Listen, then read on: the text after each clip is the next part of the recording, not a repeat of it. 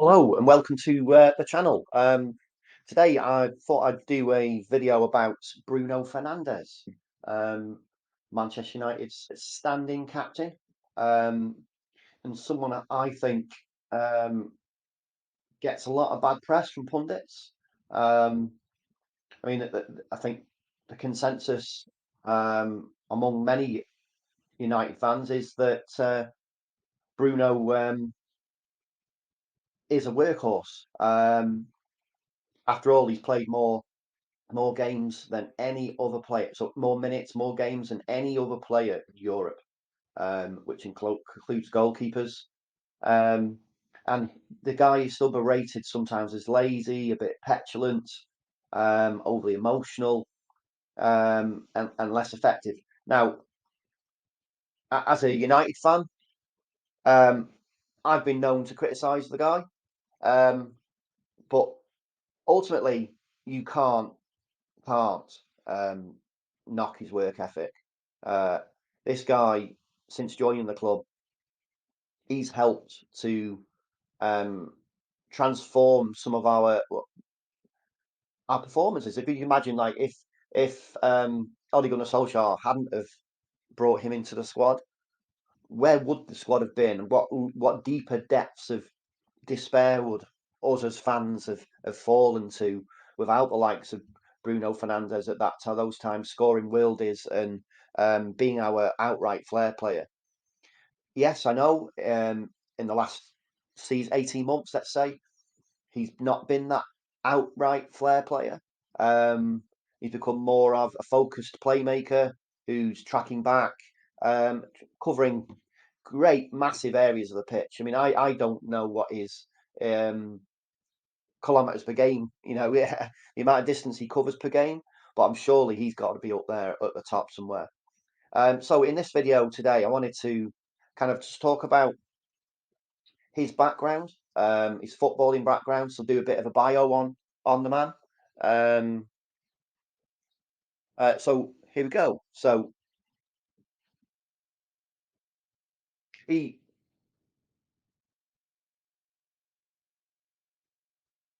sorry for the pause there, but Bruno was born on September the 8th, 1994, in Maia, Portugal, or Maia, Portugal. His full name, if you didn't know, is Bruno Miguel Borges Fernandes. So that's Borges, Borges Fernandes. So it's not just Bruno Fernandes. He's got two middle names, Miguel and Borges. If I'm pronouncing that correctly, I don't know. Um, he, like many a football fan, began playing football at a very young age. And at the age of 6, he joined his local club in Festa. Um, After that, he quickly moved to Boa Vista, um, where he spent 6 years, obviously developing his skills as a young man. Um, but Bruno's talent caught the attention of another club called Novara. At the time, they were in the Italian Serie B. They signed him in 2012 when he was just 17. In 2012, um, that makes me feel old. So Bruno from 2012 began his Italian adventure. Um, Bruno's journey in Italy saw him rise through the ranks quite quickly. In his first season, he played a crucial role in helping Novara achieve promotion to Serie A. After just one season, he moved to another well-known Italian club, Udinese. So he moved to them in 2013, um, where he scored 11 goals and provided 13 assists in 95 appearances across 3 seasons. So not great, but he's at this point 10 years ago. He's still a young player.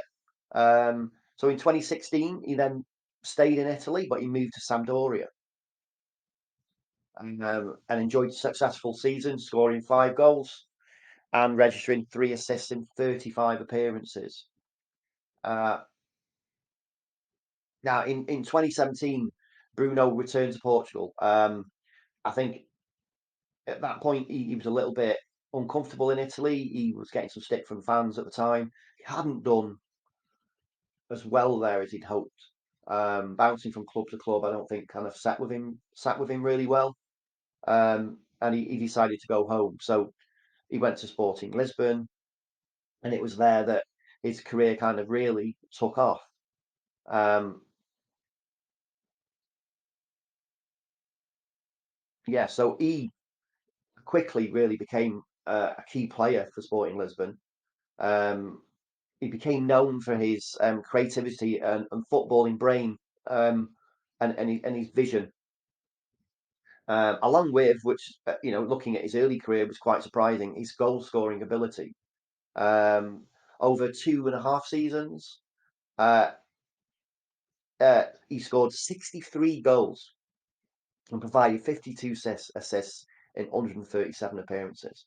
Now, I'm not a big follower of anything really other than the Premier League, the Championship, and League One here in the UK. So I'm not a follower of the Portuguese league.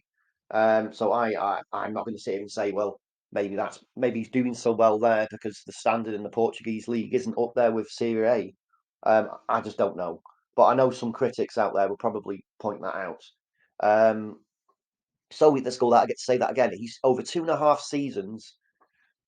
Bruno scored an astonishing 63 goals and provided 52 assists in 137 appearances. Now that's not far off a goal every 2 games. That, that's what Weghorst was touted to us as being, which obviously he's not. Um, so back on Bruno. So he also won the Portuguese League Cup twice. That's 2017, 2017-18 and 2018-19. And the Portuguese Cup, so that's like equivalent of the FA Cup, I think, in 2018, 2019. His performances during that period earned him the Portuguese Primeira Liga Player of the Year award in both 2018 and 2019. Um, then Bruno caught the attention, obviously, of Manchester United, and over what is a typical Glazer fueled period, um, over protracted kind of negotiations with his agent, and I don't know much about the player. Um, he completed his move to Old Trafford or to United in January 2020. Um, he cost the club 47 million at the time, and as you know, he made an immediate impact, scoring 8 goals and providing 7 assists in 14 appearances during the latter part of the 20. So from January 29, sorry, during the 2019-20 season, but he joined in the January of 2020. So he scored 8 goals and 7 assists in 14 appearances. So he had an immediate impact, and I remember that. Um, and the following season as well, he continued to be that flair player, scoring worldies, um, that we all come to know him to be. Um, I mean, right now as the standing captain, Bruno does show leadership qualities.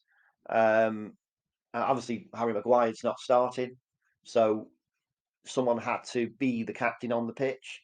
And I think without because we didn't have Casemiro at the time, and you generally don't give captaincies to goalkeepers.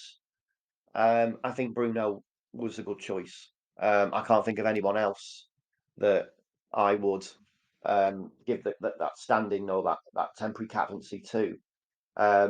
In fact, I think if Maguire doesn't start next season, isn't a regular player in the side next season, then maybe the captaincy should go to Bruno kind of full time, become the full captain. Um, I mean, obviously he's won multiple accolades since he's joined United. Player of the month, player of the season. He's been included in the PFA Team of the Year. Uh, and I mean, there's a point, I think, going back to a recent game, it was the Real Betis game, um, where had been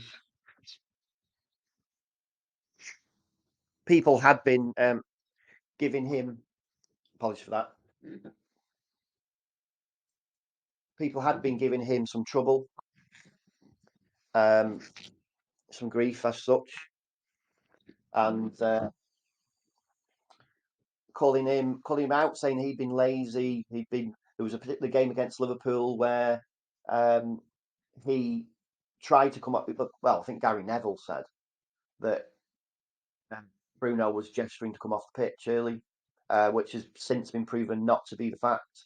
And Gary Neville hasn't kind of apologised for that. You're bringing the club, no, the team captain on the pitch that day into dispute or questioning his loyalty or his loyalty, let's say, or his work ethic. I think that was disgraceful. And I think Bruno under Ten Hag and will blossom into and become a greater, even greater player. Um, so I hope you've enjoyed this video, and I'll see you again. Smash a like, subscribe. Thanks for watching.